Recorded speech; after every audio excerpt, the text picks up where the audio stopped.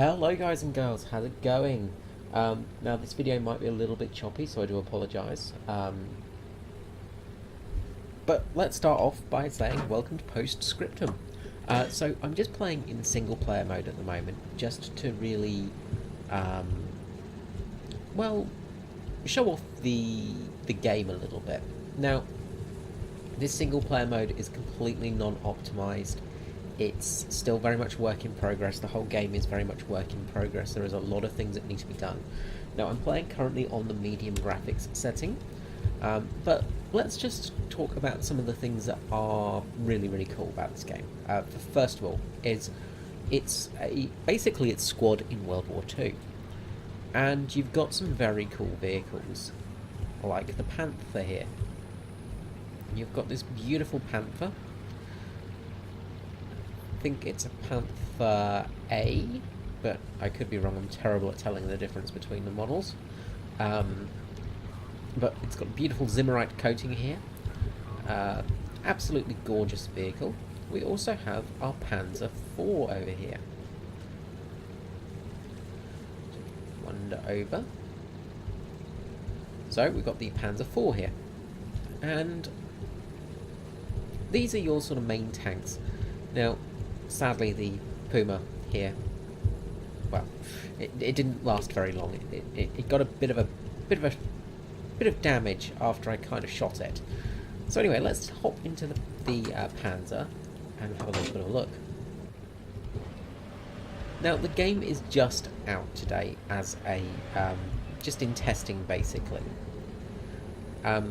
So it's really cool in that respect, is we get to test it, we get to see how it goes, basically stress testing, things like that. So this is basically your view you'll get when you're driving a tank. Now there's no interior yet, there's nothing interesting to look at other than the windows. So you've got your two vision ports, your left and your front, and you also have your top optics as well. Now, in the Panther are slightly different driving positions, and same for the Sherman, things like that, and the Cromwell, I think it is. I think I got the Cromwell in the game. So let's hop to the gunner position. So in the gunner position, you have this beautiful gun sight. The rangefinder I can't seem to get working, so I have to go off the less than accurate measurements. But one thing I do have to recommend for this game is just the sound. Listen to this.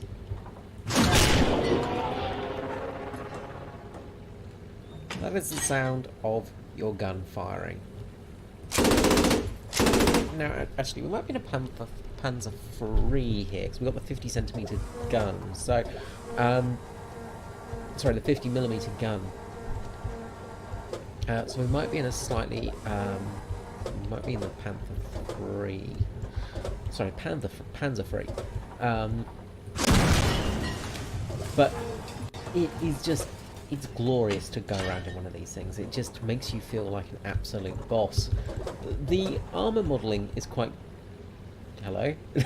As I said, there are some fun little quirks at the moment, especially in the single player mode, because it's really quite broken. And I don't mean that in a bad way, it's just they haven't worked on this aspect yet. They've worked on the multiplayer aspect, and that is working beautifully. Let's just fire again at this Panther, and let's just shoot at the gun mantlet. And you see there our shell just launching off into space. Let's try for the lower places. And the shell just went off into the direction of one of those trucks there. Let's try an HE shell. And this is one of the good things, is armour does seem to be modelled correctly.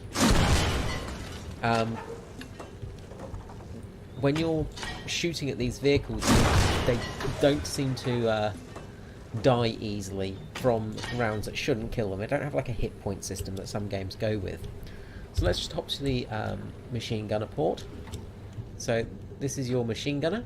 So you've got the front mounted machine gunner who can do his job. And you can see the ricochets and the bouncing of the 7.7mm there. Now to the commanders. And we can stand out of the tank have a look around in a fancy uniform. See our shoulders there? And we also have optics ports, but that bit has broken for me in this mode. It's just not working correctly at the moment. As I say, a lot of things are a bit funky in this mode. So there's our nice little Panzer. So let's head back to the Panther now, because this thing is the beastly thing. So let's see how well the Panzer does when you're fighting it with a Panther. So again, the driver's position. With the Panther, you've got three separate driving positions. You've got the completely hull down. These are your optic ports. You have your secondary position, which is slightly higher up. Gives you a nice bit of view through the tank. And finally, we can get up out of the vehicle so we can actually see correctly. So it's a much more comfortable position. We can actually see around us and, you know, fight a little bit more effectively. The vehicle driving model is still a bit wonky, but again, that's something that will get changed. Again, the gunning position, and that's with the 75mm gun. One thing I did have to get used to was the turret movement, which is with your WASD keys. It does feel a bit strange because I'm so used to using my mouse to move the turret around.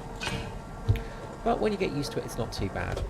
Now you have zoomed mode as well, so the lovely optical zoom of the German turrets, and you also have your position here so you can sort of see around the tank, so the gunner's seat. So let's fire at this Panzer. Centre of mass there. Looks like we've gone through, I think.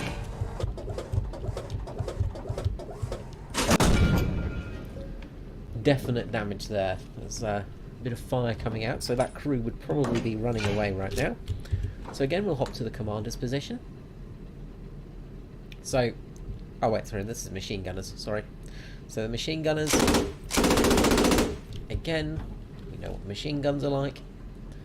Commander's position, so this is in the cupola, so we've got full view here. Then again, we can poke our head out of the vehicle. And we also have the periscope, which is not working correctly, I don't think, so that's okay. But it gives you a bit of an idea of what we've got here. And of course we have the zoomed in mode. So let's just head back to the gun quickly. And we'll fire off another round at that Panzer. And we'll hop out of there. So the game is actually working really well. I'm not showing any multiplayer mode action at the moment just because it is a little bit laggy sometimes, and especially with recording and things like that. It's not recording very well for me at the moment just because it's not very optimised. So you can see there's a big hole there. Let's see if this thing's still working. Yeah, still okay. I think some of the crew would be a bit shaken up though.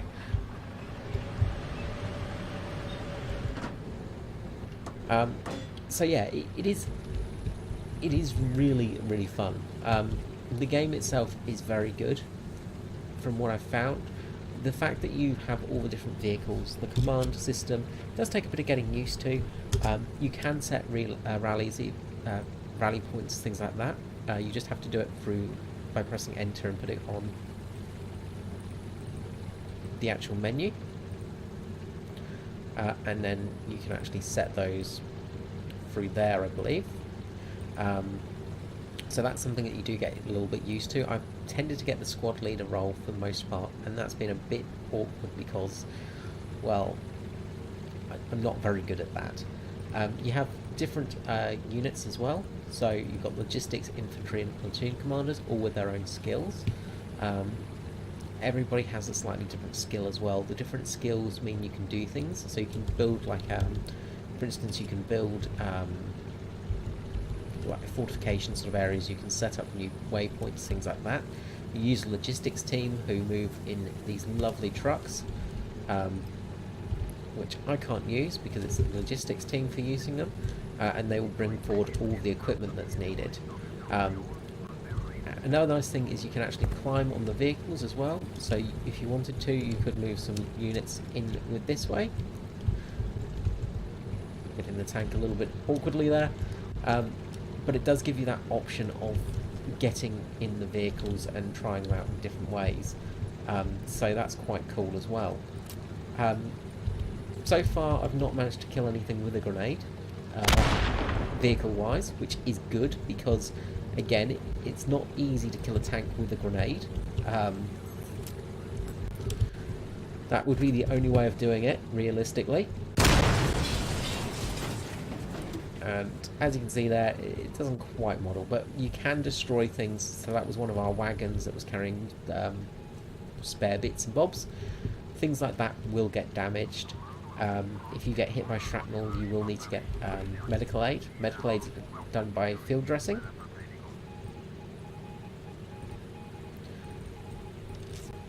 And you have to do that to somebody else as well. Somebody else needs to help you with field dressing, I believe. So you can't just do it all. Oh no, you can, sorry. You have to just press both buttons. There we go. So you can dress yourself on certain things if needs be. It does take a little bit of time. There we go. We've healed ourselves up. The damage sort of, it's quite, you get used to it. So that's good. But yeah, everything's really actually quite good in the game. It's really interesting. I'm looking forward to more. One of the things I would say as well as the sound design is just beautiful. The way that the... hey little Puma, what are you doing upside down? There we go. The way that the planes sound is just amazing. The planes sound is just superb. They really do scare you. When you hear the Stuka coming in, you really do start to fear for your life. The actual control of the vehicle is quite good. As I said, it is a little bit wavy at the moment. It feels a bit like a arcade mode rather than a real mode, but it is interesting enough. I would recommend this game for pre-order. It will need a bit of time to sort itself out, of course, to get 100% complete, because as I say, it's pretty much in an alpha state at the moment. But when it is all ready to go, this thing is going to be absolutely beautiful. Alright guys, I hope you've enjoyed this little look at the Postscriptum game. I will try and get some gameplay for you eventually. As I said, it's a little bit difficult because I do tend to get a lot of lag and things like that. But you can get there. Hopefully it will be quite good. And just in the Puma, we have our autocannon, our machine gun. Now our autocannon is 2mm, and then we have our HE rounds.